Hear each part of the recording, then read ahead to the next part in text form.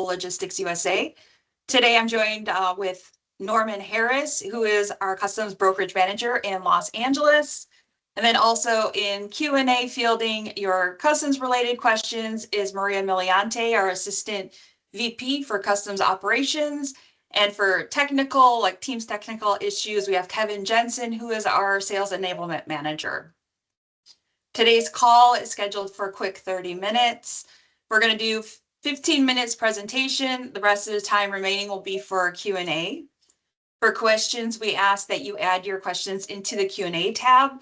If you've been with us on previous webinars, we had chat open. We've closed chat for this one.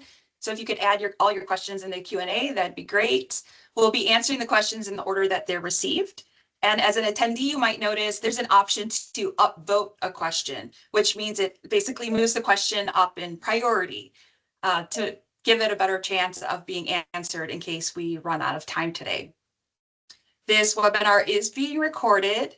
A link of the recording and a copy of the slides will be sent out to all attendees we have email addresses for later on today. Just a quick disclaimer, we're doing our best to provide the most accurate and up-to-date information to you, but we always recommend do your own research as well. Gather those resources, keep them as your backup. And if you have a specific circumstance, please reach out to one of your customs experts, like a customs broker or a trade attorney. So diving into section 232 on auto parts. So section 232 has to do with imports threatening national security. It was determined that the import of auto parts does threaten our national security. So now we have this tariff action in place. It goes into effect on May 3rd, and it's only on very specific tariff classification numbers. So if your product you're importing is classified on a number that's part of this, you'll be assessed a 25% rate. And you'll see that on your customs entry with an additional tariff classification number of 9903, 9405. And just to, like a lot of these extra tariffs we've been seeing, it's based on the date that we make entry or we withdraw from warehouse for consumption. And I just want to make a side note on that.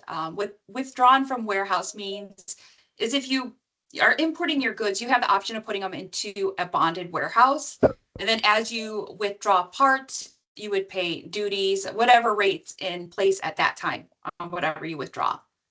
These duties are also in addition to any other duties you might pay, like the general rate of duty. If you have Section 301 China on your product, these are extra. IEEPA, Section 232 aluminum, steel. If you're paying any of those, these are on top of those. On the bottom of this slide, which you should be able to click on, I think we have that view enabled, but if you click on it, that's a link to the Federal Register notice that has all this information that we're presenting to you today. Automobile parts. So what do they say about that? In the Federal Register notice, they describe it as includes engines and engine parts, transmissions and powertrain parts, electrical components, parts of passenger vehicles like sedans, SUVs, crossover utility vehicles, minivans, and cargo vans, and also parts of light trucks. So it's a big, big bucket of auto parts. The Federal Register notice contains Annex 1, which is essentially a list of all the tariff classifications that are subject to these tariffs. So what you see on your screen right now, this is the list. So it's not too bad, right? But something I want to draw your attention to, these numbers, there are 4 digits, 6 digits, 8 digits, and 10 digits. So as an example, let's look over here. Hopefully you can see a pointer here, but 8471, that's 4 digits. What that means is any tariff classification number starting with 8471 would be subject to these tariffs. So you can see how this list might expand. It's a lot bigger than it looks on the screen right now. Out of my curiosity, I was digging into the descriptions of like what kind of parts are on here, right? And a lot of them, to my surprise, actually, they do relate for motor vehicles. It specifies that. But then we have a whole bunch of parts that don't specify motor vehicles. For example, ball bearings are on here under this 84, 82, 10, 50, 44. So it's possible you might be importing a ball bearing for completely different use. Let's say an elevator. It has nothing to do with automobiles. It's not an auto part, and it can be disclaimed. So we'll talk more about that later on. Can more tariff classification numbers be added to this? Absolutely. There is a provision in there that they're working up a process on how to include those additional auto parts. Basically, once they have that in place, a domestic producer or maybe like an association or industry of representing a whole bunch of producers will approach and ask a number to be added. They're saying determinations will be made within 60 days of receiving the request, and then the public will be notified if it is added to the list no later than 14 days after the determination.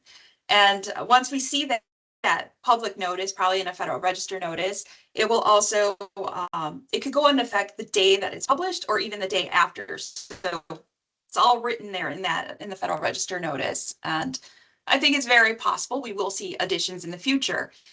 If we do, we'll let you know through our trade alerts. How about those reciprocal tariffs that we're all having fun with? So good news, if your product you're importing is classified by one of those numbers on Annex 1, and you're subject to these tariffs, you don't have to pay reciprocal tariffs. And this is really good news. And it was clarified recently by Customs in an FAQ. We have a link at the bottom of the slide. But they're excluded from the start of the reciprocal tariffs, April 5th. And it's the way we do it on the entry. We apply exclusion number 9903-0133. So what I'm going to ask of you, since this is kind of new, there's a lot of confusion with the way some of these things are written. Take a look at your customs entries. Take a look to see if your auto part was assessed reciprocal tariffs. And if it was, let us know if we cleared your entry, or let your broker know, because you can exclude it. Why not, right? They say you can do it, save some money.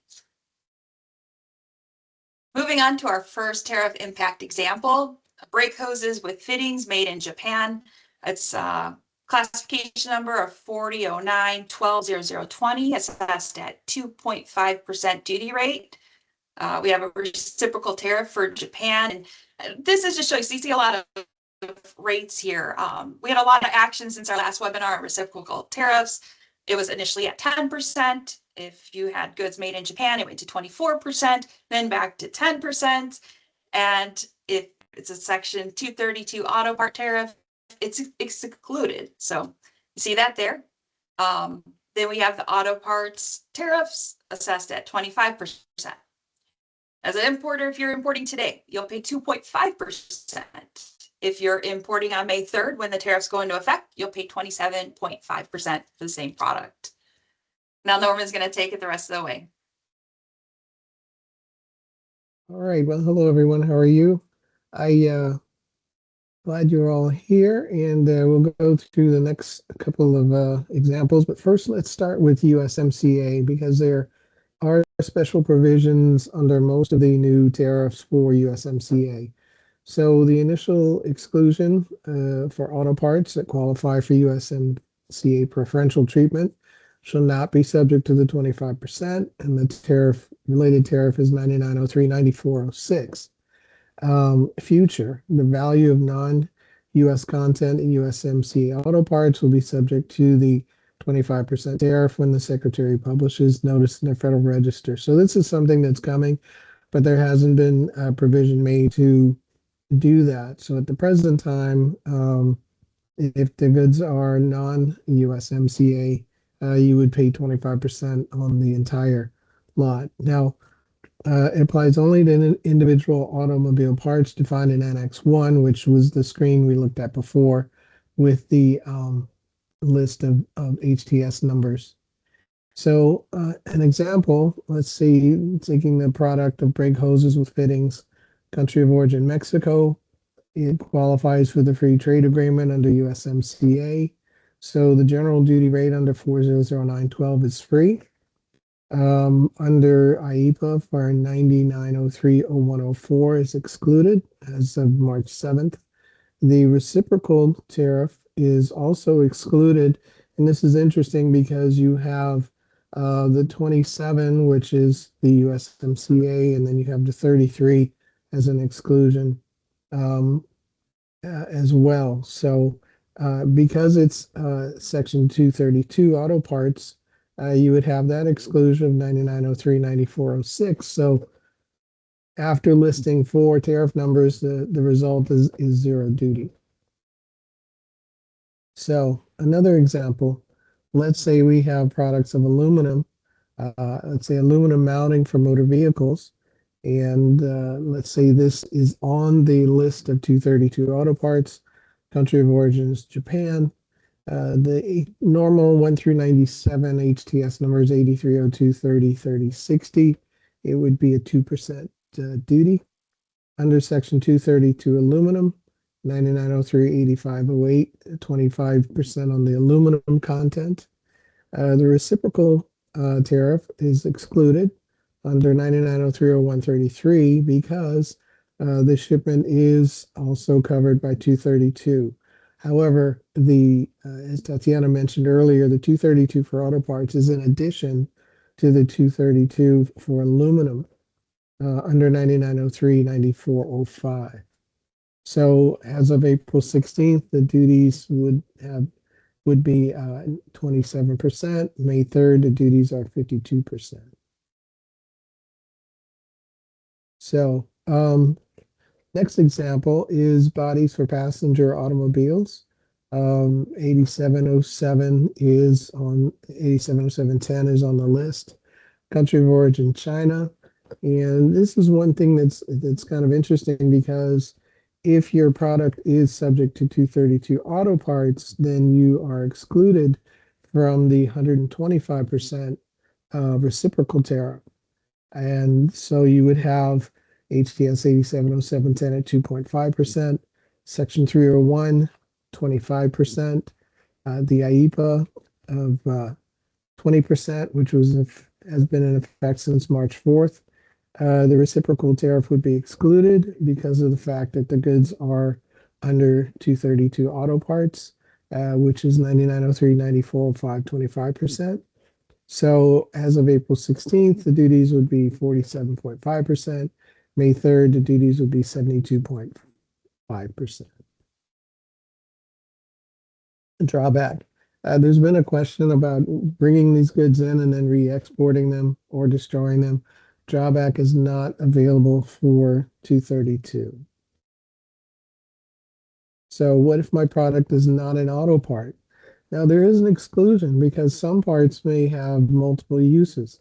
They may be used for passenger vehicles or light trucks, but if they are heavy duty vehicles or not vehicles at all, you can use 9903, 9406 and be excluded from Section 232, even though the HTS number is on the list. So what do we suggest? It's going to be very, very important, especially starting today, to audit your customs declarations, verify the duties, taxes, and fees. We're going to see very complex entries with, 2, 3, 4 HTS numbers for each HTS line. So it's something you really want to pay attention to, especially now that it's been so many changes in the last couple of weeks. Also, with the additional duties, you really want to pay attention to your bond saturation. We've seen almost immediate effects with some of our importer clients where their bonds are being saturated sooner than the 12-month period the bond is in effect. So something to keep in mind. So that's it for the presentation, but what we want to do is provide some time for questions and answers. And if you need to contact us after this event, you can contact Tatiana or myself or regulatory compliance. And we would suggest that you subscribe to our trade alerts where you don't have to reach out for the information. It gets sent directly to you when things change. So with that, we're going to have turn to Kevin, and Kevin's going to read the questions and answers that have been posted. So, Kevin, take it away. Thanks, Norman. And just a reminder, if you have questions, please put them in the Q&A. Unfortunately, we're not going to be able to call on people, so we're going to start working through the Q&A. There's still time for you to get your questions in there. If the product is on Section 232 list, but if it is not for passenger vehicles or light truck, is it enough to exempt a product from the reciprocal tariff, or if the reciprocal duties are owed, if Section 232 duties are not being paid? I think that addresses I think the slide we just looked at. There is an exclusion for goods that are under the HTS number listed, but are not for, sorry about that, not for passenger or light truck vehicles. If I could add also, if you have backup, keep all your backup supporting that, because you could expect that customs would come back to ask you to prove that it isn't an auto part. Okay, got another question here that actually had an answer from Maria, but if either of you want to comment on it further. For products that were imported during when the reciprocal tariff was in effect for 1 day, are we able to request the money back? Maria says if an entry was processed incorrectly, we can file a PSC. Anything you guys want to add to that? Well, yeah, just to explain it a little further, if the duties have already been paid, we can file the post-summary correction. If the duties have not been paid, we can make the adjustments, and so the correct amount of duty is paid. So that's why right now is going to be critical, because all those entries that came in that were cleared April 5th and beyond are starting to be paid in starting today. So it's important to, as we suggested, review the entries and ask any questions you may have on any additional duties that you see. After review, can we request the customs broker to apply a different HTS code? Do you want to take that one, Norman? Sure. I mean, absolutely. I mean, ultimately, it is the importer's responsibility under reasonable care to assign the appropriate HTS number. As brokers, we're here to assist you as third-party experts in determining the correct classification, but ultimately, it is the importer's obligation and right to select the necessary HTS number. Will heavy-duty truck parts be exempt from the reciprocal tariff? Again, this goes back to the slide on the screen, 9903, 9406. That's for heavy-duty vehicles and products for non-vehicles. Anything that is like, for instance, machinery or something like that. Next, are duty drawbacks allowed for reciprocal or 301 tariffs? Maria already wrote yes. So we got an answer there. We came across information stating that drawback with reciprocal tariff is not available for Canada-Mexico exports due to exclusions in the regulation. Can you kindly confirm if this is accurate? So yeah, to me that sounds accurate, since Canada and Mexico are exempt from the reciprocal tariff right now. So that would make sense. There's nothing to draw back. We have a follow-up question for product that was imported during when the reciprocal tariff was in effect. Are we able to request money back? The follow-up was, I think the question was in regard to the country-based reciprocal when it was active for 1 day.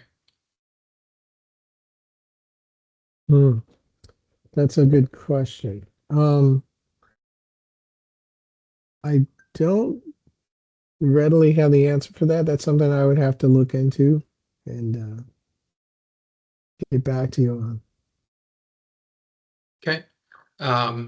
So who asked that question, if they want to follow up with Norman, the email address that was on the screen. Oh, sorry. If we could slide that Yeah, forward 2 I'll slides. put that back on there. There There we you go. go. Important stuff. Yeah. Yeah. So yes, if that was your question or you were curious about that, please feel free to email any of the email addresses on the screen. We came across, that was the one we just read. If the HS code on the exclusion list has only 4 digits and our product has an additional 2 digits after DP, can I utilize 4-digit exclusion code? For example, exclusion is 8486 and our code is 8486.10. Yeah, the tariff classifications that were on Annex 1. So yeah, if it starts with, if it just says, let's say 8486, the rest of the number that's subject to the tariff. So I think there might be a confusion. That's the way I'm reading it, what that Annex 1 was. Yeah, I think what's happening here is there's a confusion between the 232 auto parts and the exclusions from the reciprocal tariffs, which was Annex 2, Okay. which was just added. Follow up on a previous question. Will the heavy duty truck parts under 9903, 9406 be exempt from the reciprocal tariff? No. If they're not subject to a Section 232 tariff, they are subject to a reciprocal tariff. Yeah. Okay. In the future, will Section 232 tariff apply to non-regional content value of Mexico products? I think hasn't been Yeah. clarified as at this point. Okay. That's all the questions I see in the chat at this time. Okay. Oh, you guys are letting us off easy this time, huh? Or if anybody has questions, I guess, in general about new tariffs, or we could just talk about what else we've been seeing. There's a whole bunch of investigations that have rolled out recently, more Section 232 investigations. Let's see, what were they? Pharmaceuticals and pharmaceutical ingredients. What was the second one? We have critical minerals Copper and was in there. semiconductor. So who knows what we're going to see in the future, but they could act similar to these auto parts tariffs or even the steel and aluminum. They're at the start of it. So we'll see what shakes out later in the year. Hopefully they give us some breathing time, right? Right. I mean, for all Time we to know, catch it could up. change by the time we get off of this It could, just like webinar. last time, right? Yeah. But yeah, keep your questions and comments coming. Some of the questions actually we forward to customs for a response. For instance, we just got a response yesterday about 232 when it comes to steel and aluminum, and what if the product was made of iron? Well, iron is under the same HTS number, but customs has not programmed the system to accept that HTS for iron products. So they finally caught up with it. So, there are going to be a lot of changes. There's still a lot of questions, and we'll try to keep you updated as much as possible. We got one question came in. Do you think 87829 will be a part of the Section 232?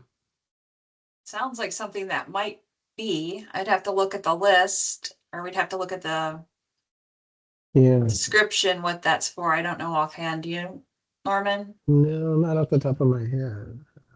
Maria commented asked the person asking if they could clarify the HTS code for 5 digits. And comment came back 870829. Okay. There was a 0 missing. 870829 is what they're asking about. Yeah, it's on the list. Yeah. And a question that we got a lot was, will we be sending out the recording? Previously, we've been asked that a lot, and the answer is yes. We will be sending out a recording of this for those of you who missed some of it, or for those that registered and weren't able to attend. Another post here.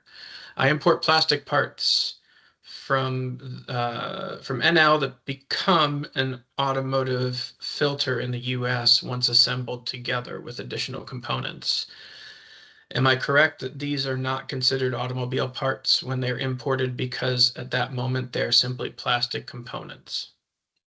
Well, there's nothing under Chapter 39, if that's where you're classifying it at the time of importation, that is on the 232 list. So it all depends on what HTS you're using when you import the goods. But from what I can see, there's nothing under Chapter 39, which is plastic. Mexico imported heavy-duty truck parts with 70% China material. Will the reciprocal tariff apply? And if so, how much, what percentage would that be? Hmm. I So it's, guess, mhm. yeah, was there any substantial transformation in Mexico? That's what I'm wondering, first of all. Like, or is it Chinese origin product? And if so, since it's a heavy duty truck part, China reciprocal tariff would apply at 125% on top of everything else that you pay. Do we have any updates on the oil trade penalties in Venezuela?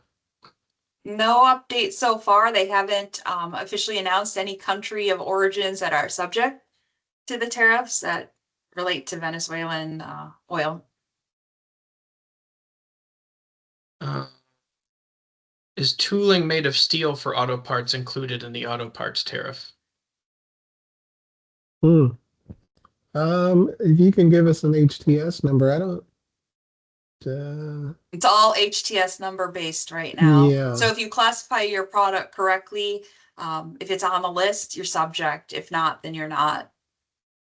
But probably tooling most likely is outside, I'm thinking, if it's general tooling, yeah. without looking at the list. Yeah, it's very similar to the steel and aluminum. A lot of goods have steel and aluminum and are not subject to the 232. It's all based on the HTS. In general, deliver the goods to an FTZ or bonded warehouse, is that considered an export? No. It's basically being admitted into a FTZ or foreign trade zone or admitted into a bonded warehouse. Exports when they leave the country. Okay. And we got 2 minutes left, so and I think we've got all the questions in the chat. So I'll Yes, let Norman, you. do you have any comments or anything we want to add about anything? Let's see. No, I think we've covered everything that we can at this point. It's a very fluid situation, so we're trying to keep up with it just like everyone else is. Yeah, lots of confusion on a lot of different things, and I guess just like one last thing. So even when we're clearing or declaring two customs, the program, all these tariffs came into place so quick. So there's different circumstances of all sorts out there, and some of it's based on programming between customs and Hmm. software providers. So it's interesting times. Yeah, the only thing I would suggest though is to monitor the customs frequently asked questions. It was updated as recently as the 14th. So if you just Google CBP 232 Auto FAQ, you'll go right to it. Yeah. Take a look at that every few days, especially as we lead up to May 3rd. Um, We could see changes, right? Anything could happen. yeah, we could see changes. At least we're getting more than 24 hours notice in this case. Yes, absolutely. So I think we're pretty much at the end, so we're ready to close out. But we want to thank you for attending today, and please do reach out if you have any specific questions to myself, Norman, or regulatory compliance team. We're happy to help. And subscribe to Trade Alerts if you haven't already done so. We look forward to seeing you next time. Have a great rest of your day. Thanks.